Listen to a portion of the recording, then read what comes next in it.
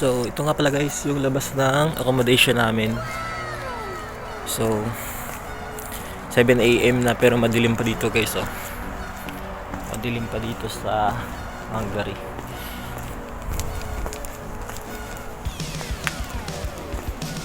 Yan guys. Wala pang araw. Tsaka hindi naman uso dito yung araw guys. Ito yung view dito sa accommodation namin. Ito guys, yung accommodation namin parang hotel guys. Atrium Hotel ang pangalan. Ayan. Tapos dito guys, may Shell. Ayun. Punta natin.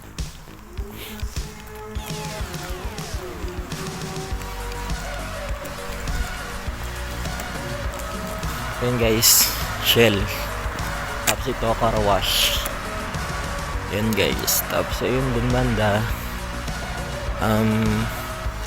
Apartment yata yun guys. Tapos dito guys, dito sa hotel natin natirahan namin, ayan. Parang old hotel na rin siya.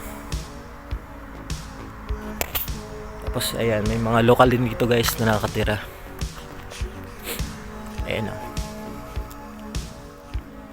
Nasasakyan nila.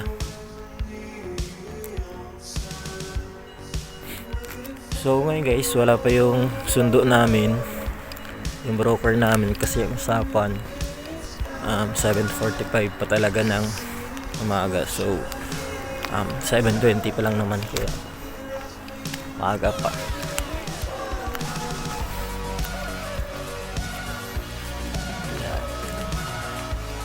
So guys, yung labas na accommodation namin.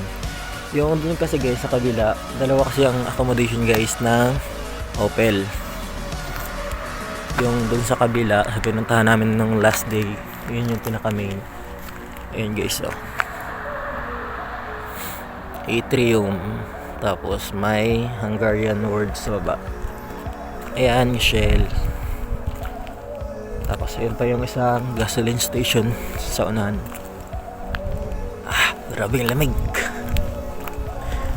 So guys, kung napapansin mo, madilim pa talaga dito. Kahit alas 7 yan ng umaga. Buti nga ngayon walang snow eh. Diba ang lakas ng loob, walang gloves, tapos naka-jacket lang. Kasi susunduin naman kami guys ng sasakyan. Nadaling kami sa company. So balik muna ako guys sa accommodation kasi ang lamig. Ayun guys, kung nakikita nyo parang haunted, haunted house. Yung mga nakikita lang natin dati sa mga movie, parang yun yung ang mukha na accommodation namin. Ayun, maluma na rin siya, pero hotel siya dati na ginawa ng accommodation. Tara, pasok pa. So yun, madilim, hindi makita dito sa loob.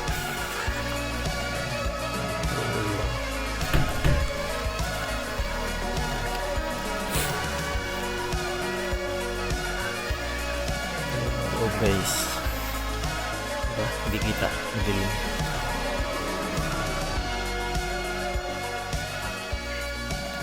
Ayan mga sopa, upuan. Nakapatay na kasi yung ilaw guys, kaya hindi nyo makita. Yun naman na guys, see you.